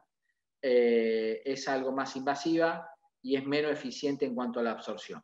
Lo que pasa es que cuando uno tiene una tasa de parto muy alto, administrar con mamadera termina siendo muy inconsistente, porque este es un proceso que tarda aproximadamente 2 o 3 minutos, mientras que con mamadera usted le tienen que dedicar un tiempo mayor, no menor a los 15 minutos, y es muy factible que estos 3 litros lo terminen tomando en 2 tomas. ¿Sí? Ahora, y por último, ¿sí? Ya supe cuál era la calidad, supe la cantidad, en cuánto tiempo. ¿Qué tengo que terminar? Es el éxito de mi programa. Entonces yo tengo que medir, ¿sí? El sangrado, tengo que sangrar los terneros y medir la concentración de inmunoglobulinas que hay en la sangre de los terneros, y eso se mide en forma indirecta, estimando la concentración de proteínas totales. O sea, yo quiero que haya 10 miligramos por decilitro de inmunoglobulinas, ¿sí? ¿Cómo mido eso? Ahora lo vamos a ver con un refractómetro, midiendo en el suelo las proteínas totales. ¿Y por qué lo quiero hacer? Porque hay un sinnúmero de trabajos que nos dicen que la chance de muerte de un ternero, fíjense en esta gráfica, muestra la cantidad de terneros, ¿sí? 100 terneros. y en el eje horizontal los días. Fíjense cómo a medida que pasan los días, las chances de muerte se multiplican por 4 para las terneras mal calostradas con respecto a las bien calostradas. Entonces, el valor de referencia aquí es tener el 90% de las terneras con valores, ¿sí? Tengo que buscar el 90% de las terneras que tengo que sangrar entre el día 3 y el día 5, y el 90% debería tener valores arriba de 5.2 miligramos por decilitros o 8.3, ¿sí? En el caso que mida con grados Brix. ¿Sí? Esto es importante porque implica uno de los indicadores líderes que decíamos, que es saber cuánto riesgo tiene mi población y cuán eficiente está siendo mi programa. ¿Okay? Por último, en cuanto al calostrado, o sea, hablamos de la importancia del parto, la importancia de la maternidad dentro de estos sistemas, la importancia del calostrado. Quería pasarle algo de información de cómo puedo mejorar la calidad de mi calostro. Bueno, existe alguna herramienta importante alrededor del calostro, que es la pasteurización del mismo. Entonces, la pasteurización del calostro es una técnica que se ha estudiado, que hay mucha información al respecto, y el número mágico alrededor de la pasteurización del calostro es el famoso 60-60. Lo que yo le voy a mostrar a continuación es por qué se estimó que la mejor opción para pasteurizar el calostro es mantenerlo, lograr que llegue a 60 grados durante 60 minutos para, en primer lugar, permitir una reducción eficiente de microorganismos. Fíjense en la curva que ustedes ven aquí, como en la curva de reducción de coliformes, fíjense en la curva azul, empieza a reducir. Este es un eje, en el eje vertical ven la concentración de bacterias expresada en logaritmo, y lo que ven aquí es la relación temperatura-tiempo. ¿Okay? Y lo que ven que a medida que la temperatura llega a los 60 grados, las bacterias empiezan a reducir, empiezan a morirse, empiezan a desaparecer. Ahora, cuando yo le doy tiempo, ¿sí? Estas bacterias no solo empiezan a reducirse, sino que llegan a valores, ¿sí? Cercanos a 0, y eso ocurre cuando la temperatura está alrededor de los 60 grados y el tiempo es de 60 minutos. ¿Podrían dejarlo más tiempo? Y pareciera que sí. Si lo dejan más tiempo, la concentración de bacterias sigue en 0, o sea que no pareciera haber un beneficio. ¿Podrían aumentar la temperatura? Y sí, la concentración de bacterias sigue en 0, pero no hay ningún beneficio. ¿Por qué dicen 60 y 60? Porque si bien 60 y 60 es la relación temperatura-tiempo que me permite una reducción eficiente de bacterias en el calostro, cuando yo me paso de los 60 minutos, ahí empieza a aumentar fuertemente la viscosidad. Este gráfico muestra cómo se reducen las bacterias y cómo aumenta la viscosidad. Si yo me paso, no voy a tener un beneficio en cuanto a la disminución de las bacterias y voy a tener un perjuicio en cuanto a el aumento de la viscosidad. Ahora, esto es gratis para el calostro y no. Si yo agarro un calostro y tiene 50 gramos de inmunoglobulina y lo pasteurizo, pierdo aproximadamente un 15% de la concentración. ¿Okay? Haciendo las cosas bien, pierdo aproximadamente un 15% de la concentración original, por lo cual es una buena idea empezar con calostro con mayor concentración de inmunoglobulina. Igualmente, un calostro que tenga 50 gramos que tenga el valor de 22, 23 grados Brix, ¿sí? Si ustedes se lo administran a los terneros, ¿sí? Y lo comparan con el mismo calostro no pasteurizado, lo que se ve que la concentración de inmunoglobulina en el suero de los terneros, ¿sí? En las primeras horas de nacido, ¿sí? Es más alto para el calostro pasteurizado, que tuvo un 15% de pérdida, que para el calostro no pasteurizado. Y esto en parte lo explica la gráfica que les mostré al principio del impacto que tienen las bacterias en afectar la capacidad de absorción de inmunoglobulina. Este es el mismo gráfico, pero de vez de horas tiene semanas. Fíjense que el tratamiento térmico garantiza una mayor concentración de inmunoglobulina que el tratamiento, que el calostro no pasteurizado. ¿Okay? Y esto para mí es una gráfica muy, muy interesante porque deja en claro la importancia, en primer lugar, de juntar calostro en forma higiénica, conservarlo en forma higiénica y mantenerlo, refrigerarlo rápidamente. Aquí a usted lo que ven es cuál es el porcentaje de absorción que tienen las terneras en las primeras 24 horas, 48 horas si el calostro es pasteurizado, si el calostro tiene una alta carga de bacterias o si el calostro no es pasteurizado y tiene una baja carga de bacterias. ¿Sí? La presencia de bacterias en el calostro no afecta nuestro programa de calostrado. ¿Okay? Y para terminar, el último concepto a compartir, que nuestro programa de cuidados neonatales debería incluir estos 6 puntos. ¿Sí? Si yo logro un programa de monitoreo adecuado, ¿sí? Recorriendo los prepartos en tiempo y forma, garantizando separar el ternero de la vaca inmediatamente, lograr buenas áreas de parto, identificar adecuadamente los terneros, trasladarlo a la maternidad, o sea, garantizar un ambiente limpio, seco y desinfectado, desinfectar el ombligo con yodo al 7% y calostrar. Estas 6 puntos son las clave para la puesta en marcha del primer punto de un programa de reposición, que son los partos y los cuidados neonatales. Bueno, agradecerle con esto. Carlitos, Sí, después agradeces bien, pero ahora te hacemos algunas preguntas. dale. Con respecto a la calidad del calostro, preguntan por la vacunación, si se recomienda en preparto, en secas o doble dosis. Bien. La vacunación es fundamental que tengamos 2 vacunas, ¿sí? 60 y 30 días antes del parto, porque eso nos garantiza tener una alta concentración de anticuerpos. O sea que es preferible no, la indicación son 2 vacunas en la 60 y 30 días antes del parto. Le voy a mostrar hay un trabajo viejísimo que yo se los puse aquí, donde mostró aquí que 2 dosis de vacuna aproximadamente 60 y 30 días antes del parto logra incrementar los títulos de anticuerpos séricos al momento de la calostrogénesis. Y por eso, esos anticuerpos que están en la sangre se van a transferir directamente al calostro. ¿Okay? O sea que son 2 vacunas y deberían utilizar este programa de vacunación también en vaquillonas, armarlo de forma tal que las vaquillonas reciban 2 vacunas previo al parto.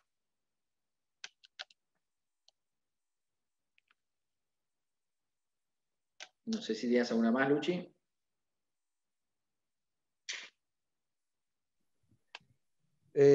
Carlos, no sé lo que pasó con Lucía, pero ya meto un bocadillo yo. Hay 2 preguntas. Una, ¿qué experiencia tenés con el calostro en polvo? Y si tiene la suficiente cantidad de monoglobulinas. Hay algunos comerciales disponibles. Y después, ¿por qué por sonda le puedes dar o le das 1 litro más? Bien, calostro en polvo lo usamos. Es bueno para enriquecer calostro. En el caso de no llegar a la concentración, lo usamos, funciona bien. Lo hemos usado también en forma como exclusivo y o sea, se replica los mismos trabajos que tienen ellos. No se ve una diferencia entre el riesgo de muerte en los terneros que recibieron ese calostro y un ternero que recibió un calostro bueno administrado por nosotros. Lo usamos solo en los momentos, lo usamos solo para enriquecer el calostro que, por ejemplo, está en 18 grados Brix y lo llevamos a 25, agregándole calostro en polvo. Con respecto a por qué damos 1 litro más de calostro, cuando nosotros sondeamos al ternero, parte de ese calostro va al rumen y la digestibilidad y la llegada de inmunoglobulina al intestino se disminuye. Por lo tanto, tenemos que aumentar la concentración de inmunoglobulinas totales que le damos. En cambio, cuando lo hacemos con mamadera, eso es un proceso fisiológico mucho más normal para todo el ternero, y se logran los mismos niveles de transferencia de inmunidad con mucho menos calostro, mucho menos 1 litro. El valor de referencia es 8% del peso contra 10% del peso, es algo así.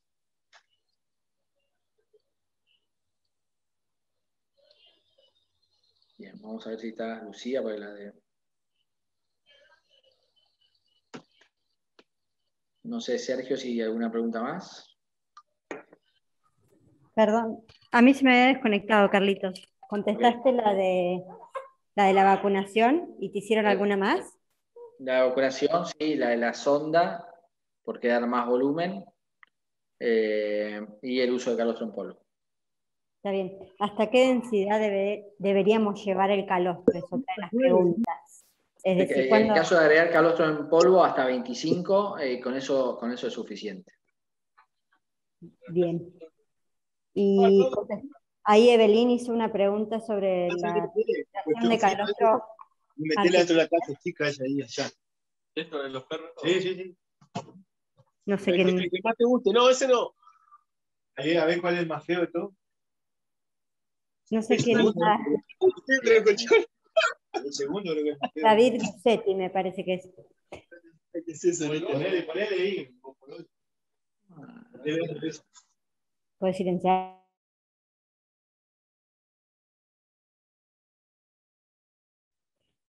Bueno, preguntaban por la administración artificial del calostro contra la administración, o sea, contra el calostrado natural.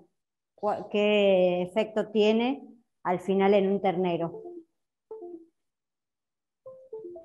Está silenciado, Carlitos, ¿eh?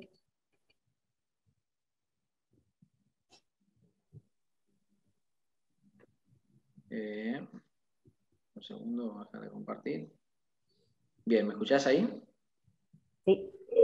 Bien, con respecto al calostrado al pie de la madre, los programas de reposición, de crianza, estimulan el calostrado dirigido porque es la única forma de yo tener consistencia en cuanto a la cantidad, calidad y concentración de bacterias que va a tener ese calostro.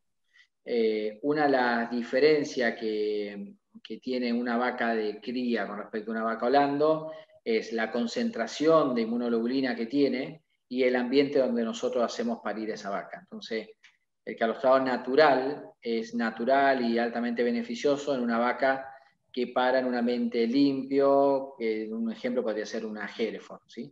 En el tambo las variables de riesgo son mucho más altas, por eso siempre el costo-beneficio lleva a que el calostrado dirigido le da estabilidad al sistema, ¿no? Pero si yo lograra que la ternera me tome de la madre un calostro que tiene baja concentración de bacterias y que logro todos esos puntos, es mucho más eficiente la absorción de inmunoglobulinas cuando mama que cuando lo hagamos por cualquier forma artificial. Perfecto. Cuando vamos a sacar calostro, ¿hay preferencia en sacar calostro de vacas o de vaquillonas? Sí, tenemos un programa de vacunación en vaquillona. Igual que las vacas, podría juntar cualquiera de los dos. Siempre hay preferencia en las vacas, cuanto las vacas más viejas, mejor. Pero si yo logro vacunar a mis vaquillonas y si ese calostro que ordeño tiene más de 22 grados Brix, puedo ser igualmente exitoso con uno y con el otro. Una herramienta que nosotros utilizamos cuando no hay riesgo de transmisión de TBC, de tuberculosis, es mezclar calostro. Mezclar dos calostros buenos terminan haciendo un calostro mucho mejor. Bien. ¿Y cuánto tiempo recomendás almacenar el calostro?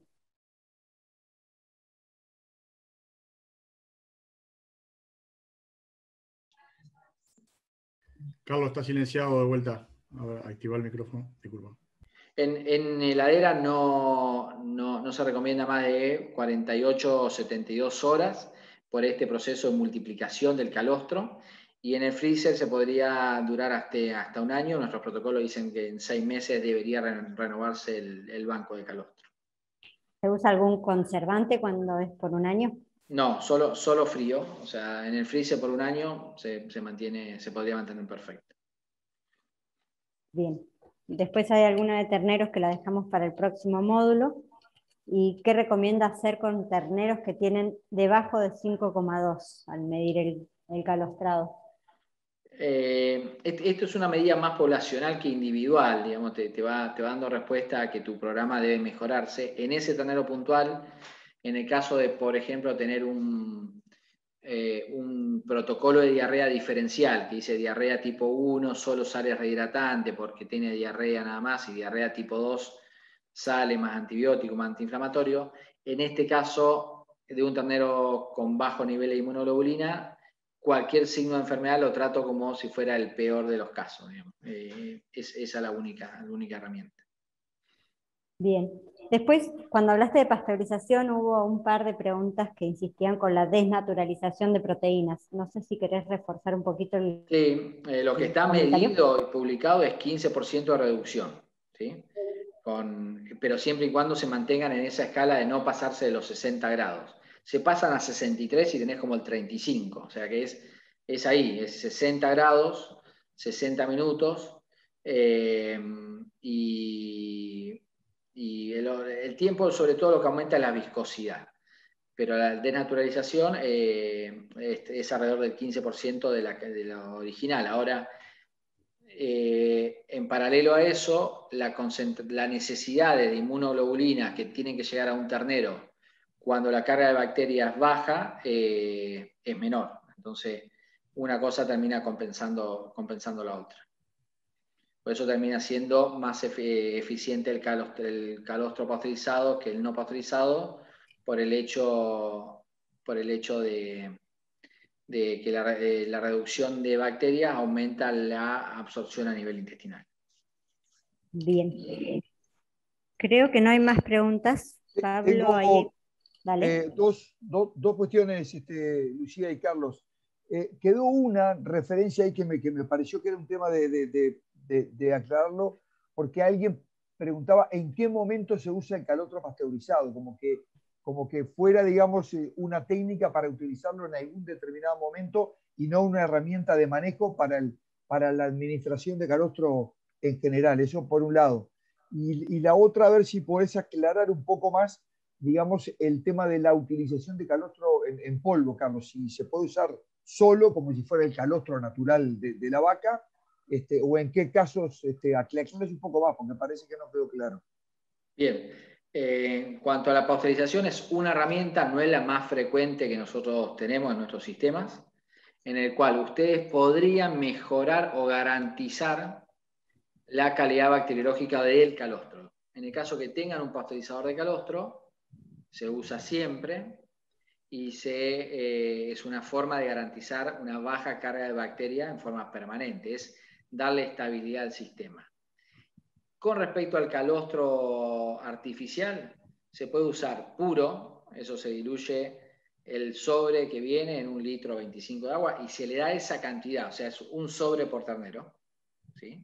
Eso es suficiente concentración de inmunoglobulina para lograr una transferencia adecuada, ¿sí? Y en el caso que quieran mejorar el calostro, hay una tabla que de acuerdo a la concentración inicial de inmunoglobulina medida en grados Brix, ustedes tienen que ir agregando cierta cantidad de gramos por litro. O sea, si tienen 22 y quieren llegar a 25, van a tener que agregar 200 gramos por cada litro de calostro, ¿sí? Y eso va aumentando y eso se mide con el refractómetro, va aumentando la refractometría, o sea, los grados Brix de ese calostro.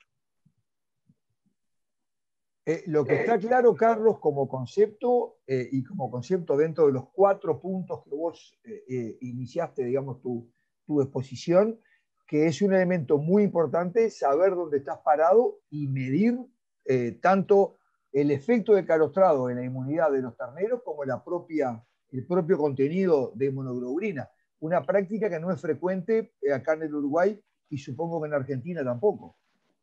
No, claro, no puedes hacer nada. Esto es más o menos como manejar un programa de reproducción sin hacer tacto, digamos. No hay forma de que uno pueda saber dónde está parado si no mide la concentración de anticuerpo que tiene el calostro y la concentración de anticuerpo que logran tener los terneros en la sangre.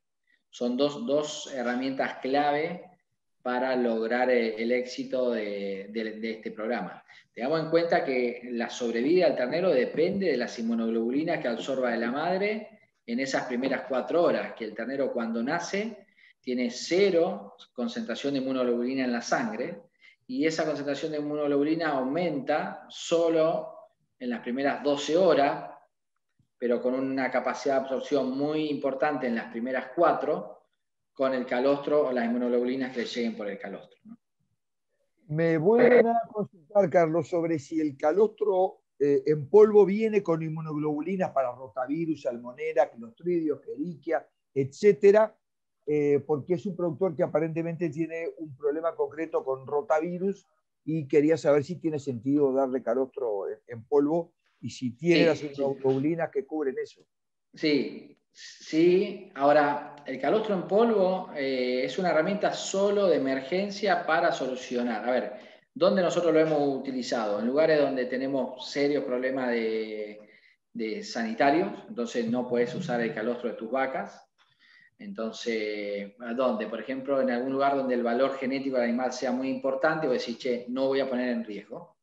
Y en otro es eventualmente porque vengo calostrando y hoy me quedé sin calostro. Me quedé sin calostro porque se me rompió la máquina, me quedé sin calostro porque dieron menos, pero de ninguna manera lo utilizaría como una herramienta para solucionar un problema de diarrea. O sea,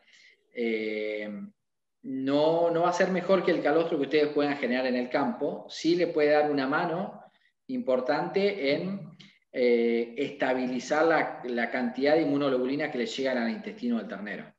Pero si lo tienen que usar, quédense tranquilos que tiene la misma concentración y variabilidad genética de anticuerpos que tiene el calostro que ustedes tienen en el campo. ¿Va a ser mejor? De ninguna manera. ¿Ustedes deberían reemplazar el calostro natural por uno en polvo? De ninguna manera, ¿sí? Pero hoy es una herramienta que te va a permitir darle estabilidad a ese proceso. Nosotros lo usamos, pero lo usamos bien poco, ¿no? Quizás, no sé... No se escucha. ¿Me escuchás ahí? Sí, yo te escucho perfecto. No sé, Juan De 1000 Manuel. partos quizá lo estaremos utilizando en 10, 20 partos. No es una cosa así masiva que se utilice, excepto en casos muy puntuales. Carlos, una cosa que había quedado muy chiquita, que es el tema de cómo se mide la calidad bacteriológica del calostro. Bien. La calidad bacteriológica, ustedes necesitan enviarlo al laboratorio y buscar 2 variables, coliformes totales y coliformes fecales. Y lo que deberían lograr es tener 0 coliformes fecales, ¿sí?, en esa concentración, en esa muestra de calostro. Bien. Otra pregunta es cuando agregamos calostro en polvo para mejorar, ¿lo hacen antes o después del pasteurizado? No, eso se hace inmediatamente antes de dárselo al ternero, si fuera necesario. Bien. Y sobre la vacunación en vaca seca y preparto, la pregunta es si puede colocar vacunas sobre salmonela y rota en el mismo momento, porque tienen el problema de que no vienes en una sola vacuna. Sí. Y para mastitis por E. coli, o sea, se pueden dar todas las vacunas en el mismo momento. Sí, ustedes pueden elegir, básicamente vamos a dar todo el complejo de diarrea neonatal, que va a ser rota, corona, Escherichia coli. Las vacunas de diarrea neonatal tienen estas 3. Hay una sola vacuna en Argentina que ya tiene salmonela. Si no, normalmente se usa una vacuna específica para salmonela, se la agregan. Hay que agregar a esto complejo respiratorio y nosotros agregamos clostridiales. O sea, todas las vacunas juntas y todas a la vez, ¿sí? Sin ningún problema. Entre las vacunas, K99 sería la de primera elección para diarrea neonatal.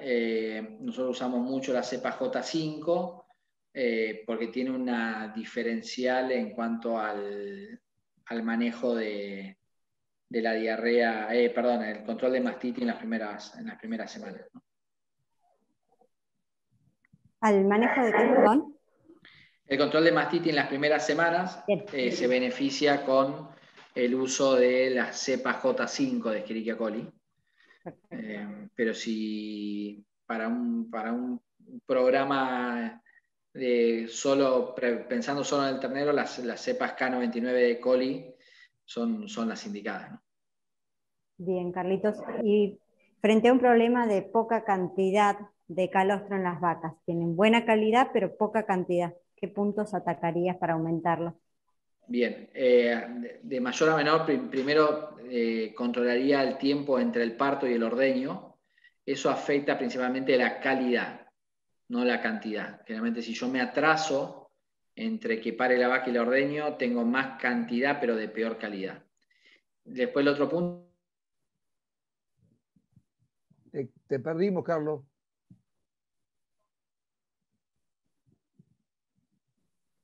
Punto es calostro que van a tener, y el calostro tienen que repasar el periodo de seca, de alguna forma nosotros usamos un programa aquí en Argentina que se llama Nutrir Más, que me estima, o sea, me mide cuánta comida yo le doy a las vacas. Entonces, variaciones en los consumos de materia seca te explican eso, y después niveles, o sea, la dieta en general, entre ellos los niveles de proteína de la dieta. La vacuna no aumenta la cantidad de calostro, solo aumenta la variabilidad antigénica.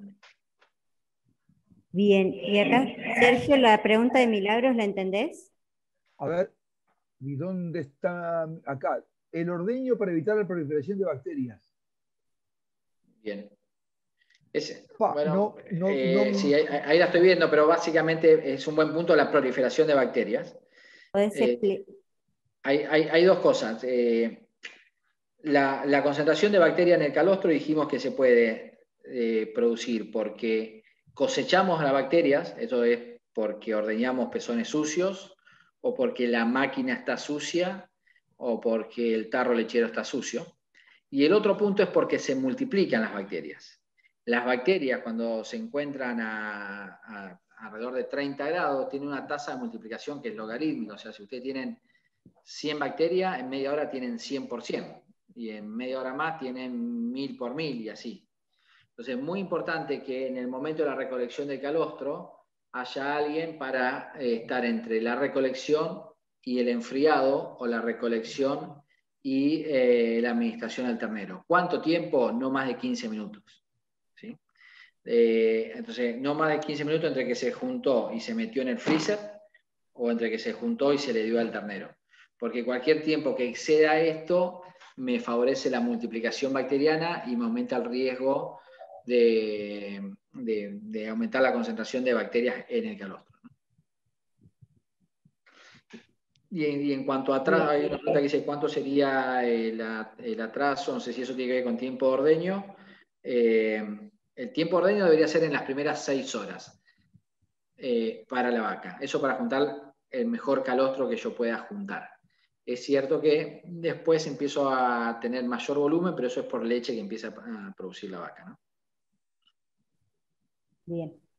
Acá hay una pregunta sobre el edema de ubre. ¿Cómo Y se eso lo podemos ver podría...? ahora. Hay dos variables importantes que el edema, que te diría que en gran parte, o sea, los factores predisponentes es básicamente el parto, o sea que al tener menor flujo de sangre, menor retorno venoso, todo eso lo tienen todas las vacas. ¿Por qué algunos rodeos tienen edema y otros no? Tiene que ver con la dieta, nuevamente, ¿sí? Nosotros sabemos que el efecto diurético de la sal aniónica tiene un efecto importante en reducir el nivel de potasio que tenga la dieta, es importante en eso, y el nivel de energía también te aumenta el riesgo de edema. Pero tanto la cantidad de calostro y calidad de calostro como edema es un tema nutricional, y no siempre la nutrición tiene que ver con la formulación de la dieta, muchas veces tiene que ver con el consumo que tienen esos animales, o sea, la diferencia entre lo que uno puede formular y lo que terminan comiendo los animales, o de lo que le ofrezco, cuánto comen o cuánto no. Pero todo se soluciona desde el punto de vista nutricional. Bien. Juan Manuel está levantando la mano. Sí, ahí, Carlito, quería preguntarte qué experiencia tenés con cuadros diarreicos, a veces que no son por bacterias, digamos, las típicas, ¿no? Salmonella, o sea, digo, y que haya que terminar en una autovacuna, ¿no? En un aislamiento y en la generación de una autovacuna, porque no tenemos en vacunas comerciales la cepa bacteriana que está afectando. No sé si tenés experiencia, si te han dado casos en Argentina. Acá en Uruguay ha pasado eso y se tiene que terminar haciendo un aislamiento y una autovacuna, ¿no? Sí, mirá, no es algo que nosotros tengamos como uso frecuente. De hecho, creo que en todos estos años, una sola vez, en parte de Santa Fe, el INTA armó específicamente vacunas, pero no, te diría que ninguno de esos casos en este último año nosotros hemos empezado a tener lo que se llaman ecopatías, que son diarreas producidas sobre todo por contaminación en el ambiente. Los virus que más frecuentes es Rota y Corona, y luego aparecen Salmonella multiresistente, Salmonella no, Escherichia coli multiresistente. Todos los casos se solucionan mejorando el ambiente y mejorando el plan de vacunación, pero con vacunas comerciales. Nosotros no tenemos a referencia el uso de autovacunas, pero podrían servir perfectamente. En nuestra experiencia, si vos lográs bajar el desafío, que eso viene por el ambiente, y lográs aumentar la resistencia con cualquier vacuna, eso debería controlarte cualquier infección, por lo menos viral, digamos, debería disminuirlo mucho. Al punto tal que acá en Argentina hay un producto, bueno, creo que en Uruguay también está, que es la yema de huevo. Sí, está disponible.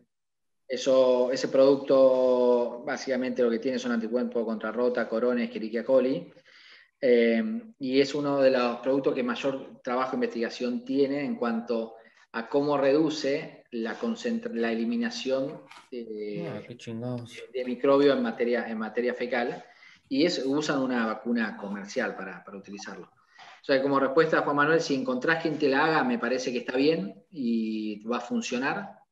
Yo sospecho que no es necesario, ¿sí? Yo sospecho que si vos ajustás tu nivel de calostro, si vos mejorás las condiciones ambientales del parto, si mejorás las condiciones ambientales de la crianza, no debería ser necesario. Perfecto, Carlos. Esto de la yema de huevo para ponerla tipo en la dieta, ¿no? En la ración. Oral, digamos. Eso es tipo oral. Sí. Esto es tipo oral. Pero viste, es inespecífico, o sea, no inespecífico, Sí. usan una vacuna comercial que hay en Argentina para vacunar las gallinas, ¿no? Ok. Gracias. Carlito, preguntan por el uso de AINES y oxitocina posparto, si favorece el volumen de calostro. AINES no, pero es bueno la administración de AINES para el control del dolor, ¿no? Entonces es una buena idea. Y la oxitocina sí, en el momento del ordeño, uno coloca la pezonera, empieza a ordeñar y luego coloca la oxitocina y va a ver que pasado unos minutos mejora la extracción, ¿sí? Y después hay una pregunta que yo veo acá que es la locura, ¿no? Un comentario, Carlos, Sí. que me gustaría hacer sobre el tema de AINES, y pido disculpas por el atrevimiento. Hay 2 o 3 trabajos bastante grandes con información relativamente reciente, y yo diría que hay algunos AINES que pueden ser complicados en el periparto. Por ejemplo, hay evidencia bastante sólida que el flunixin de meglumine inyectado antes del parto puede aumentar la incidencia de nacimientos prematuros. Y por otro lado, administrado en el posparto inmediato puede aumentar la incidencia de retención placentaria. Entonces eso yo creo que es algo que hay que tener en cuenta, a ver qué AINE es el que se debería recomendar. Hay varios disponibles, pero bueno, quería simplemente tirar el comentario de la información que tenemos, que es una buena información publicada, por lo menos 2 o 3 trabajos en el Journal of Animal Science, en el Journal of Daily Science sobre estas contraindicaciones, digamos, del flunixin de meglumine. Buenísimo. Hay una pregunta sobre Alocur, la vamos a contestar en la próxima, pero Es básicamente un producto, la locura es alofuginona. Es una droga específica para Cryptosporidium. En el caso que tengan Cryptosporidium funciona bien. Pero vuelvo, no termina, o sea, es un producto para un microbio específico. Realmente si tenés este problema tenés que actuar a nivel ambiental. Lo vamos a ver en la próxima charla. Acá llegamos hasta las primeras 24 horas. El ambiente que nosotros leemos en los primeros 15 días es el paso siguiente de un buen programa de reposición. Dale. La otra es, ¿qué ventajas tiene administrar el calostro artificialmente? Que creo que es lo Te que da ya habías comentado, estabilidad pero por las dudas. en forma dirigida, digamos, el calostrado te da estabilidad en cuanto a la cantidad. Vos podés saber qué cantidad de inmunoglobulina le va a llegar a la panza al ternero. Y ahí buscas a Carlita. Entonces eso termina de garantizar la transferencia de inmunidad, ¿sí? Básicamente ese es el punto más importante. Vos vas a saber la cantidad, la concentración de bacterias que va a tener y la calidad en concentración de inmunoglobulinas. Bien. A ver, si un tema conceptual importante, si el calostrado dirigido viene para solucionar un problema, entonces en el caso que uno no tenga un problema, no debería cambiarlo, ¿no? A mí muchas veces tenemos consultas, mirá, la verdad que yo tengo mi tambo, tengo un preparto bien y nunca he tenido problema de muerte en la primera semana. Y bueno, no hagas nada, evidentemente no es una herramienta que necesites. Ahora, en el caso de necesitarlo, es una herramienta tremendamente valiosa, tremendamente probada y da estabilidad al proceso. Bien, Carlitos, por ahora no creo que haya más preguntas. Cualquier cosa, si alguien se queda con alguna duda, sería bueno que nos lo hagan saber o próximo módulo o a Sergio por el WhatsApp. Y no sé, Sergio, si te parece pasar a la trivia antes de que nos extendamos de horarios. Las preguntas que puedan quedar colgadas o los comentarios me los mandan a mí por WhatsApp y seguro que se los hacemos llegar a Carlos y vamos armando esta cuestión, digamos, para la próxima charla o para contestarlas por WhatsApp. Así que, Lucía, dale con la trivia tranquila. Yo simplemente para recordarles, y voy a compartir pantalla, a ver si puedo compartir pantalla. ¿Se ve ahí la pantalla? Bien. Sí. Va a haber una trivia a cargo de nuestra locutora estrella, que es Lucía Llorente, que en sus ratos libres de veterinaria hace de conductora televisiva. Y el premio de esta trivia son estos 3 productos que ustedes ven ahí. Es un antiinflamatorio no esteroide, un AINE, como decía la doctora Cecilia Ponce de León, que es el tolfedine, una combinación de antibióticos con dexametasona, que es el dexabiopen, y una combinación de penicilina estrepto. O sea que el ganador se va a llevar de esta trivia estos 3 productos de Universal que no pueden faltar en el bolso de la dama o el bolsillo del caballero. Adelante, Lucía. Genial. Para que haga una preguntita rápida, ¿cuántos animales conviene muestrear para ver el nivel de calostrado? Buen dato. Todos o al menos 12 terneros. El número mágico cuando vayan a medir cosas es el número 12. Y entre el día 3 y el día 5. O sea que si yo tengo pocos terneros para sangrar, tengo que sangrar la mayoría y acercarme lo que más pueda al 80% de la población. Yo tengo muchos terneros, con que agarre una muestra de 12 terneras por semana, eso ya es representativo de la población. Entre el día 3 y el día 5, idealmente después de la toma de leche, no antes de la toma de leche, porque antes de la toma de leche la ternera pudo haber estado casi 12 horas sin ingerir ningún líquido y ahí la volemia va a estar afectada. Bien. Y uso de meloxicam en terneros con poco vigor al momento del parto. ¿Tenés algo visto? Puntualmente para el meloxicam, para eso no. Pues hay droga específica, ¿no? El Viviran y eso. Pero el meloxicam es un AINE, pero no para el vigor.